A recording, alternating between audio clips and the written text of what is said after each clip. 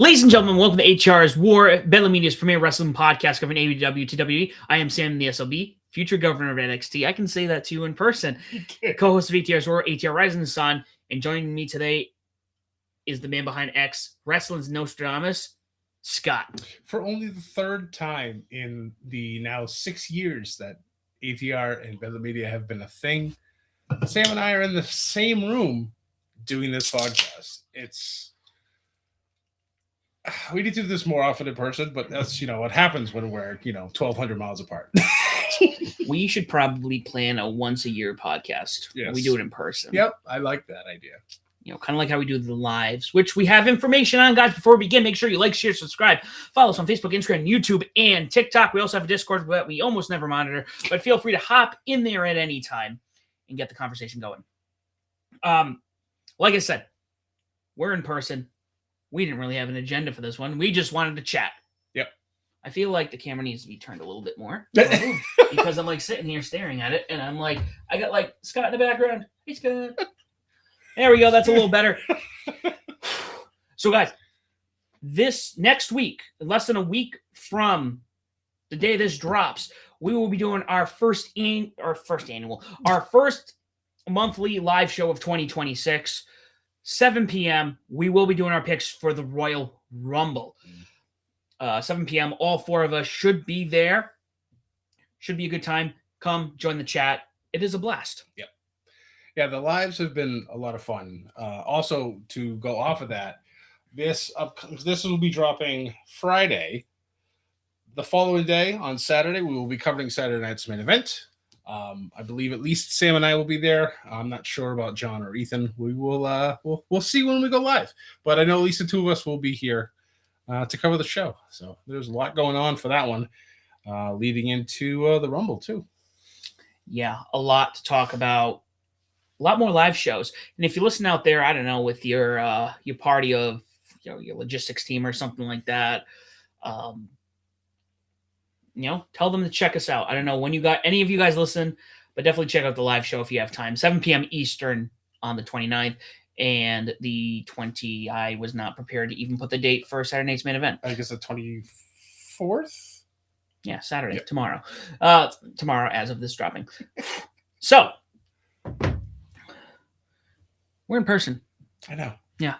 So it's a little weird, a little odd. A little bit. I know. It's funny. It's just God, yeah, we've done. I know, our ATR shows. I believe this is episode 192 or 193. One of those, yeah. But we've done countless other shows. You've done all the shows with Ethan. I did all the Raw reviews, SmackDown studies, and NXT. The hell did I call it? Whatever. But we've had to have done, I think, in the 6 years. So actually, as of today, recording this is our 6-year anniversary of ATR. So it is. We did it January 20th of 2020 was our first episode that we recorded. Wow. Yep. Wow.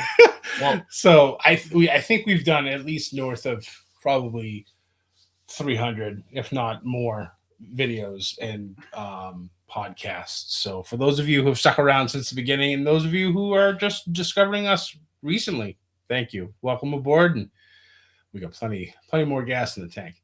We do. We're not going anywhere anytime soon. No salmon suits on us though. So, nope.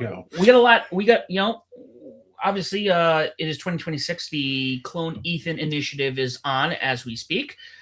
We might do more than one clone, thinking about it, not sure. Especially obviously with ATR's, ATR Rising Sun going on.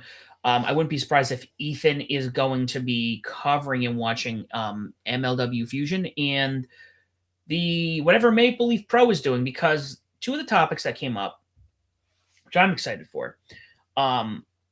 First and foremost, I'm going to read this, and I lost it because I don't know where it went. Maple Leaf Pro Wrestling, and who did we say? I think it was, you said Fight TV. Fight TV. And Fight Nation TV announced broadcast partnership to launch in February of 2026, so weeks away. Yep. Broadcasting Maple Leaf Pro Wrestling into 196 countries worldwide. Following that, which is a lesser topic, MLW, Major League Wrestling, is bringing back Fusion this year. No information on that. Obviously, we just had the TNA debut of on AMC. Mm-hmm. But Maple Leaf Pro, I think, is important, and I want to. I was telling you about this when I was had our business meeting, if you will. Yeah. Um, what I'm really excited about Maple Leaf Pro, and Ethan and I have talked about it a few times. I think what's really cool about it, out of what the United States has, and what Mexico has, and what Japan has, we do not have like a definitive wrestling promotion out of Canada. Right. Yeah. It's been a long time since I think Smoky Mountain was the last real big one up there. Yeah. Then there was Stampede. Yeah, and Stampede. Yeah, but that was the 80s. 80s. Yeah, I think some of those maybe got into the late 90s. Wait, was Smoky Mountain in Canada? Or am I thinking of? Maybe I get that confused with the other one. Smoky Mountain was Cornets. That's right. Yeah. Yeah. That's my bad. Never mind.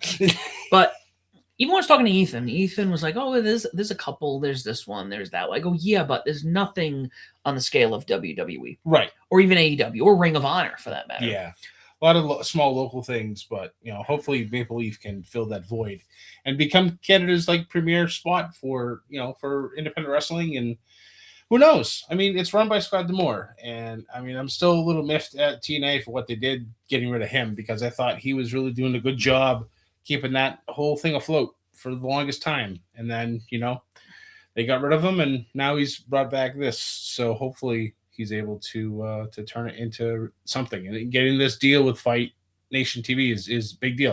196 countries, that's nothing to scoff at. No, it is not. Especially, I guess, we'll talk about this on March 27th, Ring of Honor and Maple Leaf Pro. And actually CMLL, they're doing Global Wars up in Canada on the 27th, and then the 28th is Maple Leaf Pro Uprising on the 28th. So they're also going to be doing some work with Ring of Honor AEW. Nice. Which is big. I think that's a good way to go about, almost like a territorial at a national scale. Yes. So obviously you got your Mexican promotion, you have your you bring New Japan in at some point, you'll have your Japanese promotion, and then you get your two American, Ring of Honor and AEW. Yep. Much needed. I will probably be pushing this really hard. I think everyone needs, especially if you love wrestling, especially Scott and I talk about it all the time, the American fans, and we're born and bred Americans, they don't give two hoots and a holler half the time. It really aggravates me. I do love the fact that right now, especially with WWE, they're all overseas right now.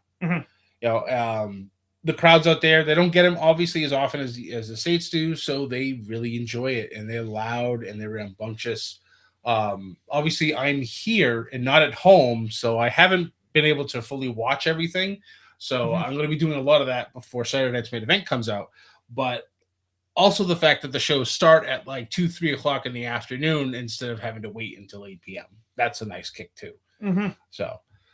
But I know that they're over there. They're over in Europe right now, in the UK, and then I think they bounce back to Canada next week, I believe, right before the Rumble, and then they bounce back over to Saudi for the SmackDown and the Rumble itself. As long as that stadium is done. Yeah, that's very true too. You got to finish that stadium, guys. Where do they sit on that right now? I don't know. I haven't done a lot of. Honestly, I haven't done a lot of looking since I came down here because it's vacation, right? Yeah. It is vacation, and where is it? Aha, there was another thing I was looking at. I'll get to you in a second.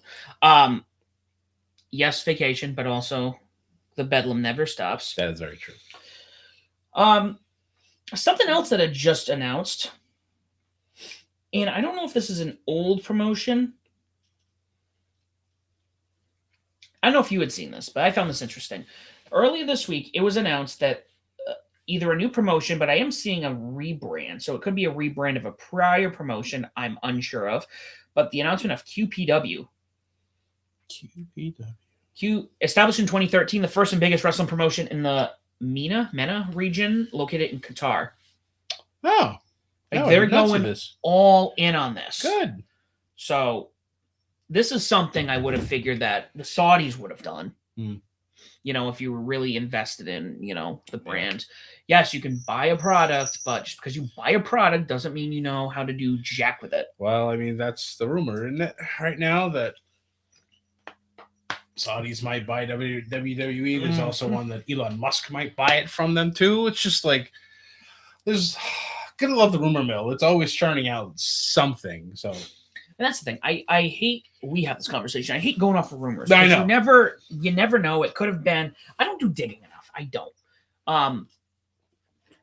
But even still, hey, I saw so and so post this was going to happen. This was like a couple years ago with the whole WCW relaunch. Oh yeah, that's right. Yeah, that account, and I heard from Jim Cornette had talked about it, and he was like, he was actually going through it, and I'm like, this has got to be like a hoax. Somebody's going to be BSing us because there's no way they let go of that. No. So it's good to see it growing. I do hope everyone is at least paying attention. Yeah. To what's going on, because despite, I know some people are like, oh, WWE is already going down the tubes with TKO. Cool. If you feel that way, there's a lot of other wrestling out there right now. That is 100% correct. Same thing with AEW. If you have that same feeling, or if you feel like the TNA episode was absolute trash, just there's a lot of wrestling out there. I can't wait to watch that when I go home. Yeah, I still not have watched it. I want to watch it. I will say, thought it was funny. The one thing, at least from what I've seen, that I think was probably a poor choice of theirs is bringing Dixie Carter back. She got the Hulk Hogan treatment, unfortunately.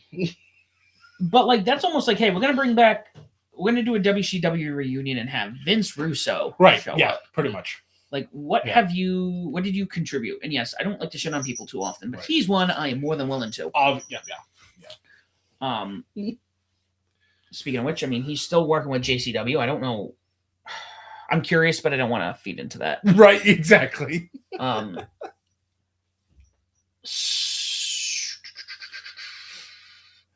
Yeah, so we are. Oh, wait, are they going to have some Noah talent? Now, that's interesting. Sorry, we're still talking about this. About an hour ago from recording, they announced that they're going to have a 3-time GHC heavyweight champion from Pro Wrestling Noah at the Global Wars Canada and Uprising show, which is interesting because Pro Wrestling Noah is the company that works with WWE all the time. That is correct. So I'm very curious. Like, do you think something is... I doubt it. Do you think there's something in the wind changing with some of these other companies? I mean, I don't know. It's kind of tough to tell because for a long time, like if you look at AEW and New Japan, like they had a really good relationship, and then it kind of went away for a little bit, and then around Forbidden Door time, it fires back up, and then it slowly goes back away. It's a lot of things changing. I know a lot of WWE talent still go over to Noah. I know that Hank and Tank from NXT was just over there. They actually won the tag titles over there at some point during their time, and then they lost it before they got back. But so I don't know. Maybe there is still a working relationship, but maybe WWE is not really holding them, by the throat, telling them you're not allowed to do this because this isn't AEW. There's just certain AEW stars that are going to be there. Doesn't necessarily mean that, I don't know. Maybe this guy snuck in. Who knows? Yeah, but I know even WWE gets weary with that stuff. They do. So for now, it says he's going to be there, but who knows? When the show gets closer, he decides to, I can't make it to the show now. That, or maybe, I don't know, Pro Wrestling Noah has seen what happened to TNA and be like, oh, they're going to come and take all our belts. Maybe. That's the whole conversation we have with Mark. Mark, quoting you right now, where I think that is something, again, if I was a promoter, every so often you're going to want a bigger talent, maybe to hold your title. Yep. But why can't you have one of these other talents come in and take your belt? Even a mid-card belt. I still feel like, even though I think Ethan Page is having the one of a lifetime for him right now, I still feel like that title should eventually end up on a TNA wrestler. Who did he feud with in TNA that would be funny for him to lose it to? Oh, God. Who would be fun? Or even if it was a former NXT talent who was just snubbed with that title. I mean, I still want to see Mustafa Ali win that title because the way he lost it in his official final rematch that he had feels like there's plenty of meat on that bone. So they can still find a way to have that. And I think I would love to see Ethan Page and Mustafa Ali have a match or even a series of matches. So I think for me, at least that one right there would be a great shot. Leon Slater, maybe have the battle of the mid-card belts. Was Ethan Page? I believe he's a former X Division champion. I think so. Yeah. So you could do that. I think that'd be a great way for maybe Ethan to drop it maybe before he goes up to the main roster. Who else would be a good pick? Would have been funny if it was Josh Alexander was still signed with TNA. That is very true. Lose it to his other half of the North. That would have been a lot of fun too. Yes, I agree. I know that they kind of teased. I know Joe Hendry is technically with. I said his name. Is he going to appear? Who knows? I know that he's officially signed with NXT, but I think that would also be interesting.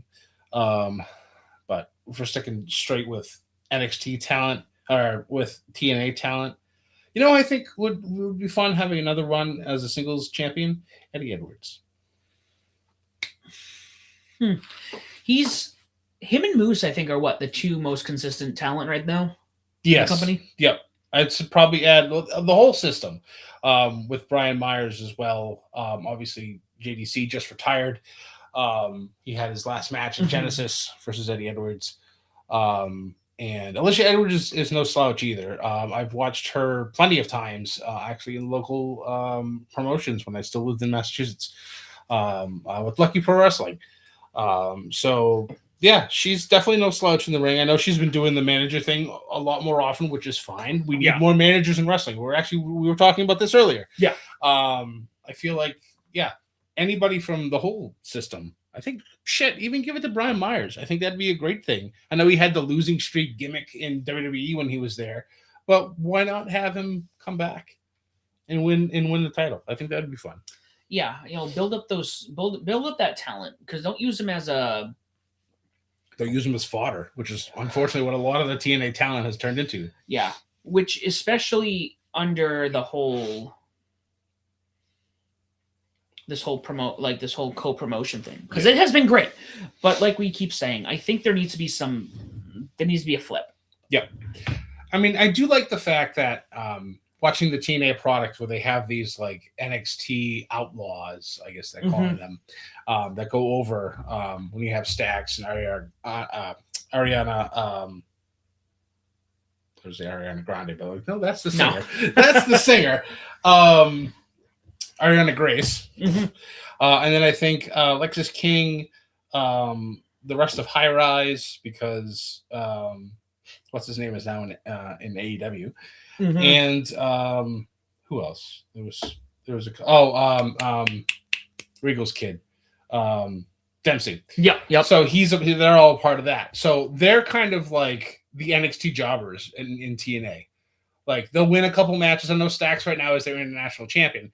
But for the main part, they're kind of the fodder that TNA gets. But I feel like you should have those main guys that are in NXT come over and lose also.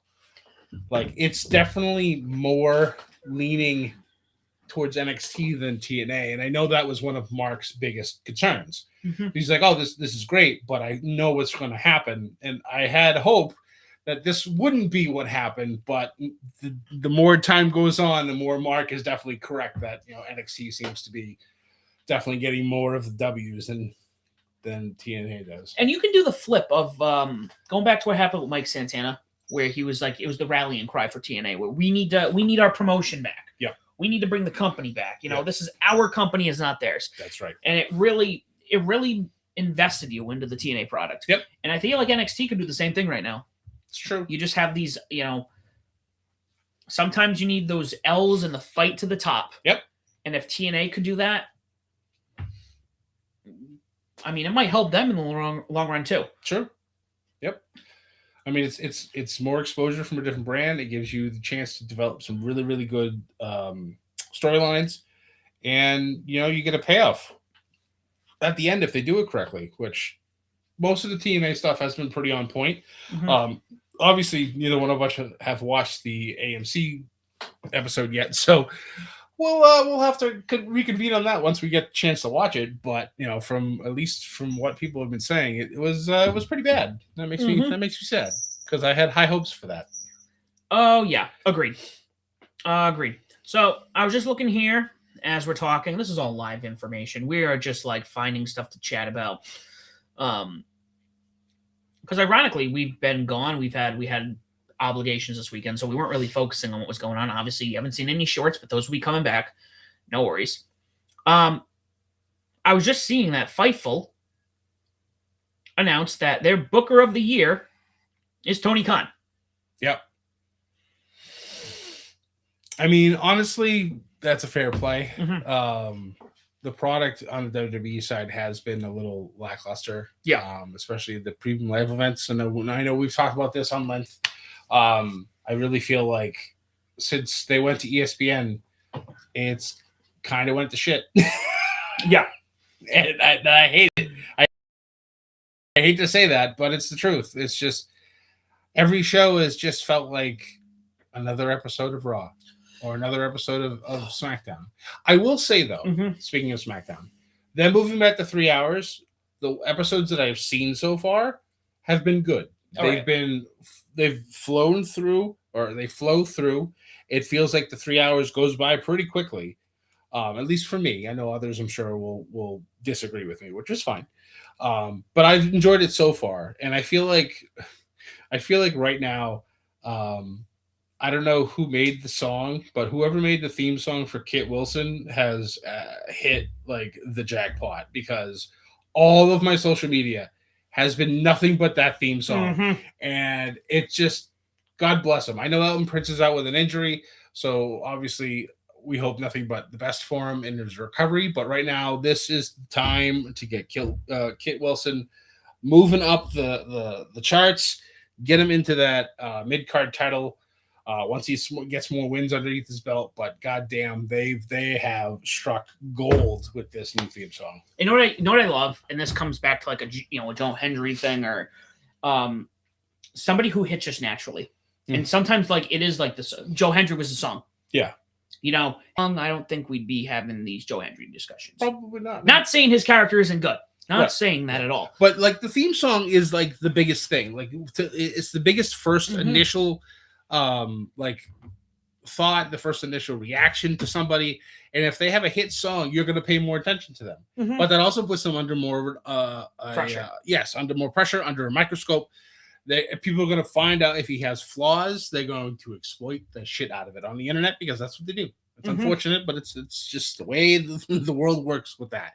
So this is a big opportunity for him if he's able to knock it out of the park, which I believe right now he's in the middle of a small feud with Matt Cardona. Yeah, which is another beautiful story that's come through. Yeah, for him being re-signed with SmackDown. So yeah, it's been fun to watch. So I'm very excited to see what he does next. Yeah, and it's part of the full package thing, because sometimes, can you imagine Hulk Hogan in the 80s without the Real American theme? I'm going to use an example, and this is going to be a good segue. All right.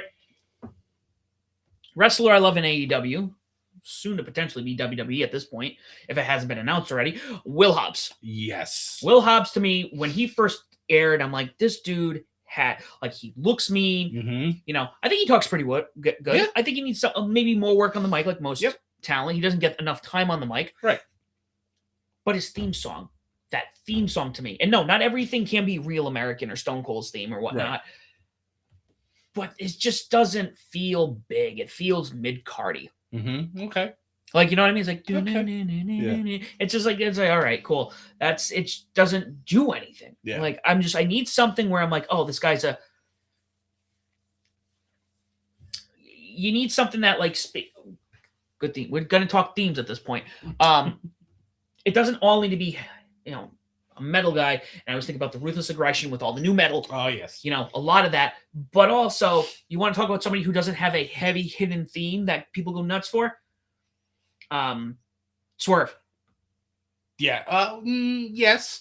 Although I will slightly disagree with the theme. I think that is a pretty good theme. No. Well, that's what I'm saying. I'm not talking about like, not everything needs to be like metal. Yeah. Heavy. Yeah. Gotcha. That's what I meant. Okay. All right. So like, I'm following you now. It's not like, or you look at like a Macho Man. You think about Macho Man, Pomp and Circumstance he comes out to. Yeah. It's not heavy, but it's just like, or even Mr. Perfect's theme. Yes. Themes that weren't big, felt big, but they weren't like, Undertaker's Keep Rolling theme, which, Well, Right. the Undertaker's theme's a good example. But Will Hobbs' theme, it's always bugged me. It's always been something in the back of my ear. I'm like, the theme was holding him back in my eyes. All right. Okay. Because sometimes you hear a song and it makes you pop. Yeah. Again, I will use my favorite example of one that makes me not pop or pop in the wrong way. You know what I'm talking about? Mercedes Monet's theme. Anytime I hear it, God, I'm like, awful. this is awful. This is garbage.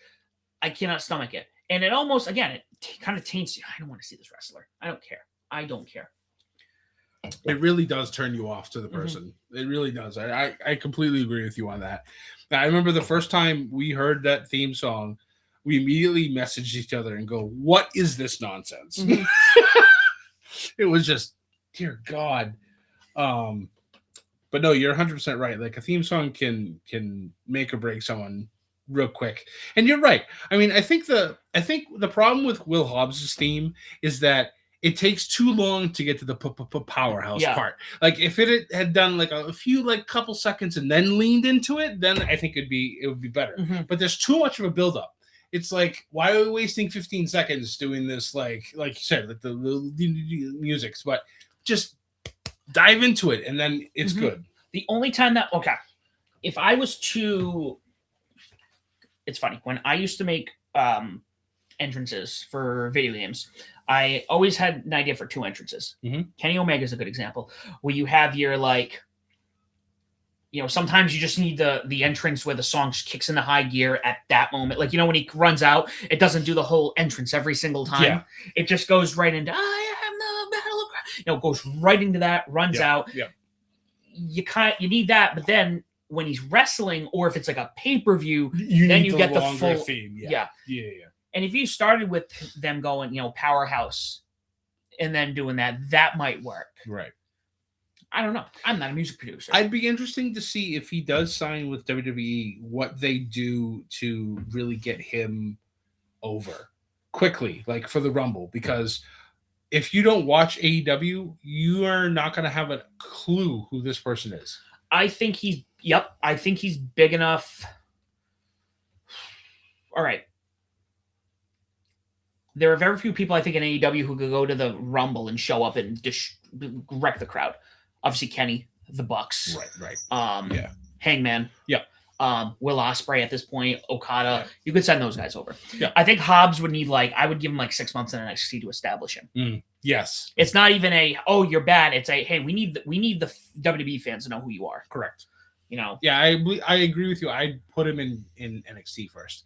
But not long. I think you could shoot him up really quickly. Yeah, I think he's a Jade Cargill situation. Yeah, if you could definitely quickly establish him. If he took the Ethan Page route, how Ethan came in and quickly won a title in less than 40 days.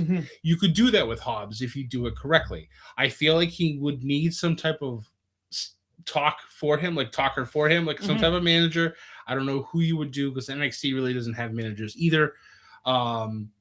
I mean, shit, I'd love to just put him right with Paul Heyman and see what Heyman could do. Isn't what's his name still down in NXT? Stone there? Stone is, but he's also doing the TNA stuff too. Okay, that makes sense. You could also hypothetically, with fantasy booking now, right? Yeah. I don't know. And again, I haven't watched NXT in a while. One that would be fun is if. Who leads Chase U there? Andre Chase. Yeah, if Andre Chase went to them and go, hey, we need to up our game a little bit. We're going to bring in this dude. And they bring in Powerhouse. And he does what he needs to do, but you can tell he doesn't feel like he belongs already. Like he's already he's here and he's going to help us. But his motive has nothing to do with them. Right. Like he's there to kind of establish. And then in 6 months, screw you guys. I'm doing my own thing. Get out of here. Yeah, they kind of did that a little bit with Ridge Holland. But I feel like Hobbs could do a better job than what they did with Ridge. Yeah. But I wouldn't mind that. I think, and I hate to dish Chase U, because I really enjoyed their early stuff with Thea and Duke Hudson. But I feel like Hobbs might be too big for Chase U. I feel like he needs somebody a little bit more towards the top of, at least the top of the mid card. Like he could be another one who could be like a surprise open challenge person for Ethan Page. Not that Ethan Page would probably ever do open challenge, but because I think he said it multiple times, he'd never do it. But if he had a mystery opponent or something, I think maybe Hobbs would be an interesting choice. It would be. I even think, and that's where I think if you were to play, again, I'm just bullshitting at this point, but even if you use him, like you're saying, you need somebody in the mid. He can't be in the lower card. No. If you go, this is what Chase U was going to use to kind of like improve their status in the NXT roster. True. Yes, I can. He either gets the belt and then I don't need you. You guys have been a waste of time. Right. Or you guys have been holding me back and I'm just going up. Yeah. So kind of like build that tension where the crowd's like, we need him to move. Right. Like he needs to be his own thing. Okay. No, I see what you're saying. That's my thought there. No, I definitely see that. It makes sense. It does. But I don't know. I'm only a guy in front of his computer talking into a microphone. There were a couple other signees this past week. AEW, and I know Ethan's going to correct me here. MJF did a indie show. Yep, Limitless Wrestling out of Maine. I believe my friend Huff, who I interviewed for our channel at one point, she was actually in that. I believe she was at that show. Oh, interesting. Yeah. So I believe they signed 4 new people. Did they? Because he went to 2 indie shows. One was a Limitless. I don't know what the other one was, but yeah, I think there's either 2 or 3 3 or 4 new signees to AEW because of it. Yeah, I know there was 2. I know Jordan Oliver, who has been in GCW, who was GCW's champion at one point, and then Alec Price. Yep. I've seen him when I lived in Mass, so that's a huge get for them when it comes to an indie wrestler. So yeah, that's some good stuff for them. Yeah, I've seen Jordan Oliver a few times, GCW shows. Mm-hmm. Very talented man. And again,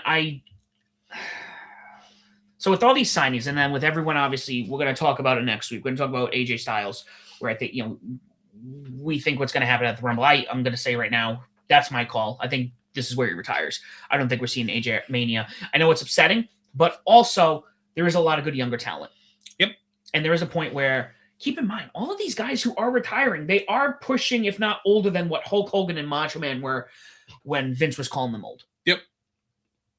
And you know what? Some of these guys, not everyone can wrestle till they're 107. Dustin Rhodes is one of the few.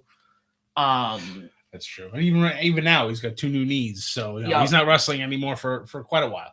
Billy Gunn, I think, is good. Randy's good, but again, some of these guys, they put the time in the road, and they're good. They can show up. They can manage. Yep. They have no problems doing that. I would love to see AJ stick around but be a manager. Mm-hmm. But I know he's not going to sign another contract. This is his last one, and I believe we talked about this. I think it ends next month at some point. So I would make the argument here, and again, you can mock me. Anyone can mock me on this one. If I see him signing a wrestling contract, I would argue it would be like AEW, particularly because if he's going to be a manager, he does not want to be on the road 300 days a year. Not that they are anymore, but they're spending a lot of time overseas right now. Yeah. And he wants to spend more time with his kids. That is correct. And even Bryan Danielson said that, where he's like, I love AEW. He loves what he's doing there. He goes, I get to see my family more. Yeah. And I think that would be, I know I'm going to get heat in the comments about this, but I mean, if I'm hitting the retirement age, I'm either going to go start my own promotion or work with a local promotion or do something that's not going to take a lot of years off me. Right. That would work. Or even TNA. I mean, they are traveling. Do they do house shows? I don't know if they do house shows. They do TNA? Once a week. I don't think so. Yeah. So you do something where it's once a week rather than, you got to be here all the time. Yeah. Sorry. That's my thought on that. I mean, yeah, obviously I would love to see AJ go a little bit longer. Maybe retire at Mania, I think would be great. But if his contract's up and he doesn't have to do like a handshake thing to extend it for a couple of months, I mean, then so be it. I mean, we may be looking at Gunther taking out 3 legends in a matter of like 6 months. So it's like you could do AJ. I mean, Randy. I mean, back and forth, back and forth. Yeah, he's done stuff with Randy. There's stuff with Punk. There's stuff with Rey Mysterio. So he's got these old legends lined up that he can knock them all out. And Jericho's another one potentially. Potentially, yes. We don't know. I mean, we could be breaking the walls down when it comes to next Sunday. So, or next Saturday, actually. So and the talent, the rosters are bloated. Yes, on both sides, and not like in a bad way. Yes and no. Even the ones that we want, that we would like to see go over, like LA Knight, throw the belt on him at some point. Yeah. But also, I think he is going into his 40s, if not already. He's already in his 40s. Yeah. We said Cody is what, 39? 39, 40? Yes. We were talking about a couple others who are, I don't want to put age on me, but I'm going to be 35, and I'm like, I'm still pretty young, but then you realize, oh, you got these young kids. Yeah. That's why we talk about MJF. MJF is 30 this year. Yeah. And Javon Evans is like 23. Yeah, exactly. So it's like, shit. You have these, you do have a lot of younger talent that I think you can really lean on. I saw something about Becky Lynch. This might be her final contract or something. Same thing with Seth, I think, too. I think they're both going to ride out in the sunset together. And honestly, that's another one of those things which is like, I remember when both of them showed up in NXT. And it's just like watching a whole career is like, it's like an extra stab in the chest because I already had to go through it with Cena. Now it's like I'm watching my other favorites go away. Well, another one, I think Kevin Owens is another one because of injuries. Oh, God, that hurts my soul so deeply. And again, I've seen these, people say this all the time. But I think with we're seeing a lot of retirement happening. Yeah. And we've had technically Fandango, we had John Cena, Tanahashi over in Japan. Yeah. AJ Styles is on his way out. Even Punk, Punk has been,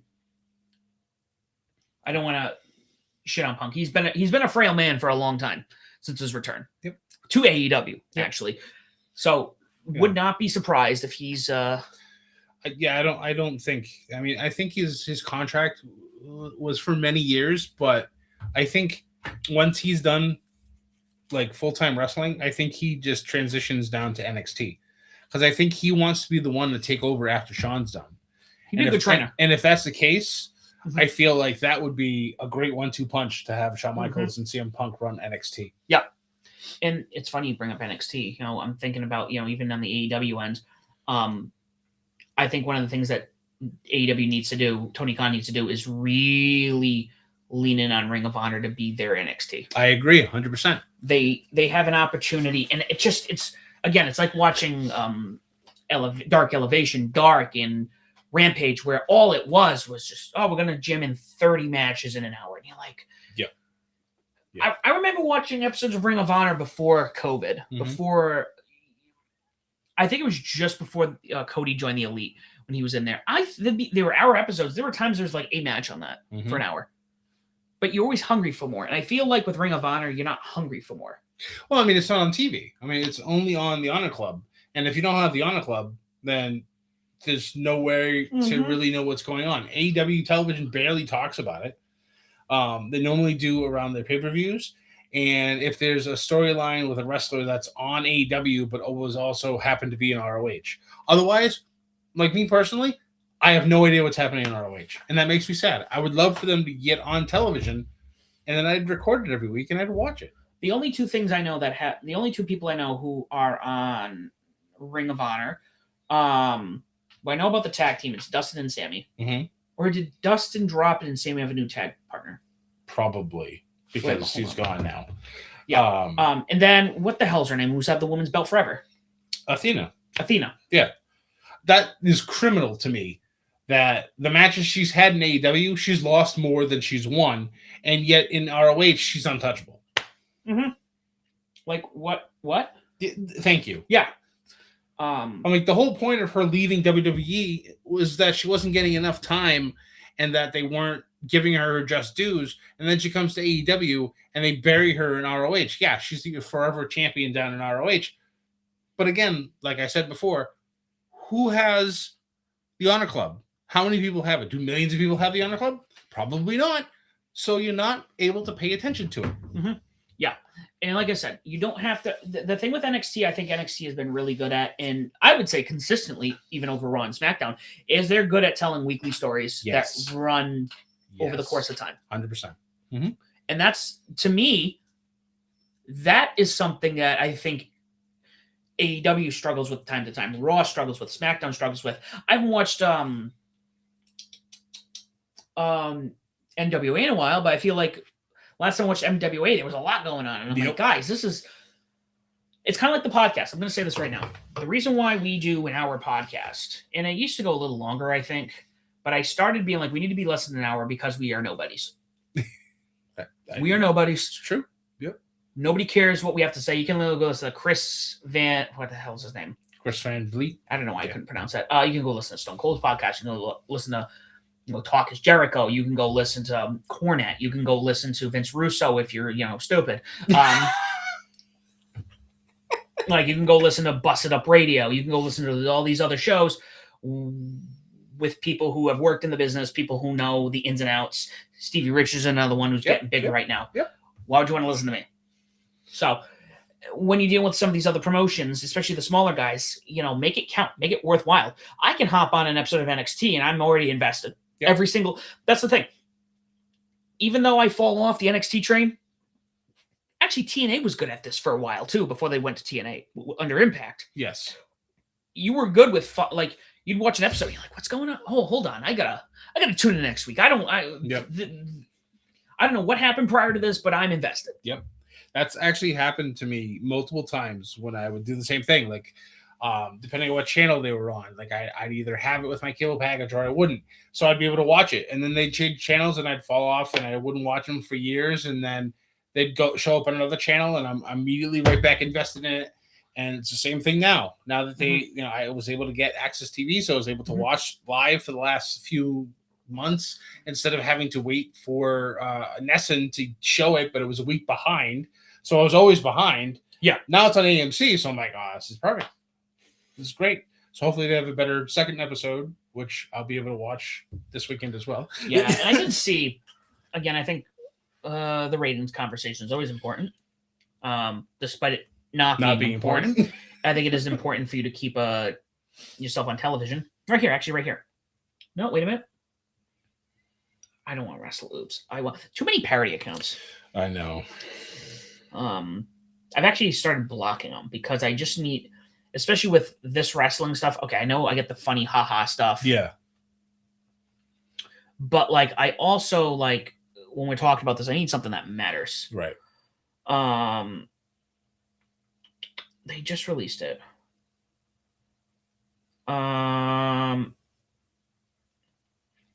Where is PW Torch has the TNA Thursday Night Impact debut at 173,000 viewers. However, typically Impact has been drawn at 80,000. Okay.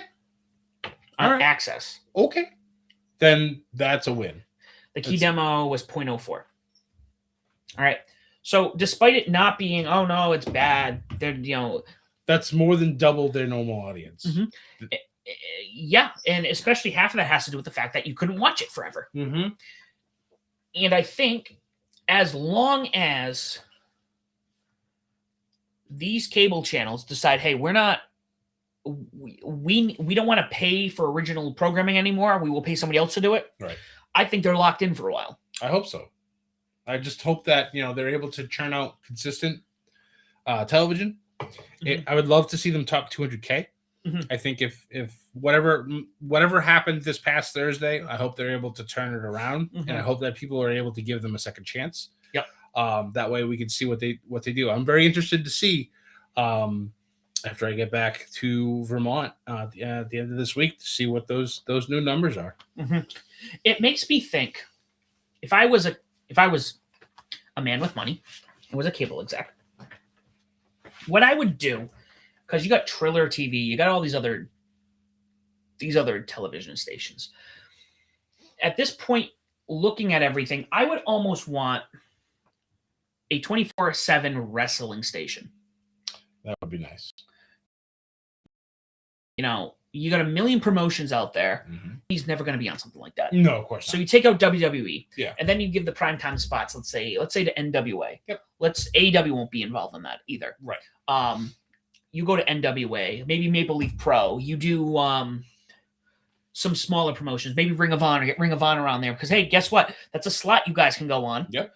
And get exposure because I know there are plenty of people like Ethan, sorry buddy, or other podcasters or other people who love wrestling who it's easier for them to do that rather than I could get this streaming service, I could get this streaming service, I could get this streaming service, I could get this, I got this. Yep. And then you're paying like $200 for wrestling streaming services. And if you're like me, who does things outside of it, yep, you know, especially it'd be kind of nice during like Mania week.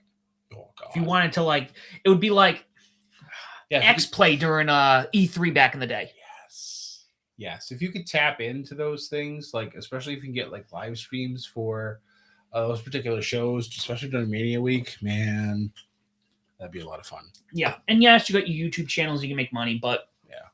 Some days if I had a channel that literally had 24-hour wrestling, I could throw it on, see what's going on. Maybe I discover something I've never seen before.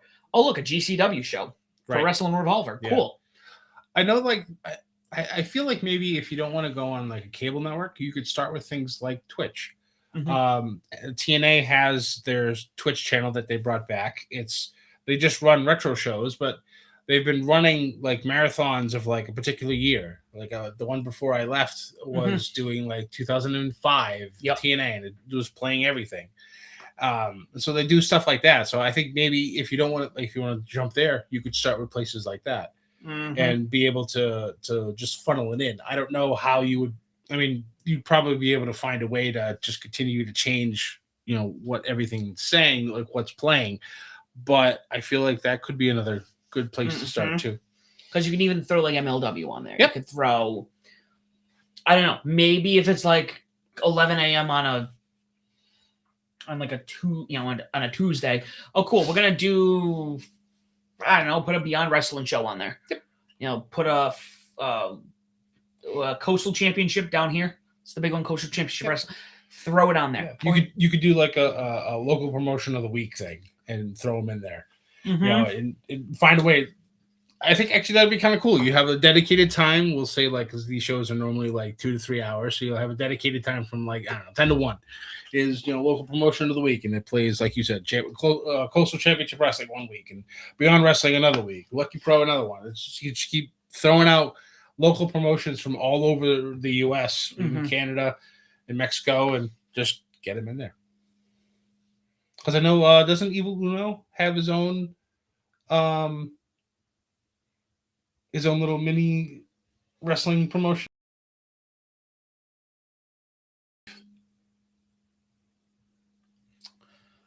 He does something like that. Okay.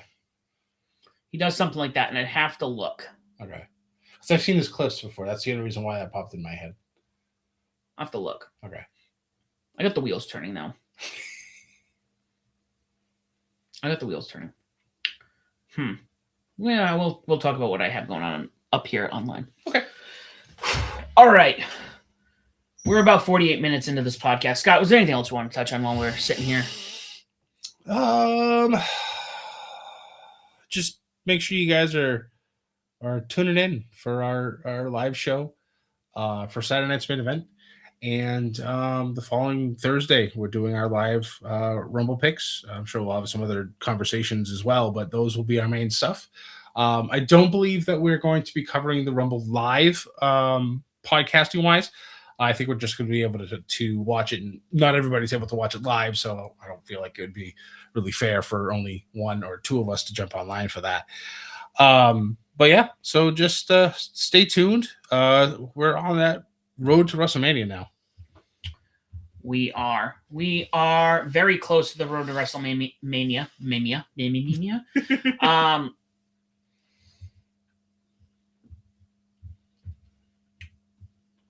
Seth Rollins' injury is legitimate. Why was that questionable? Well, I mean, honestly, with the last time, that would make sense. Yeah.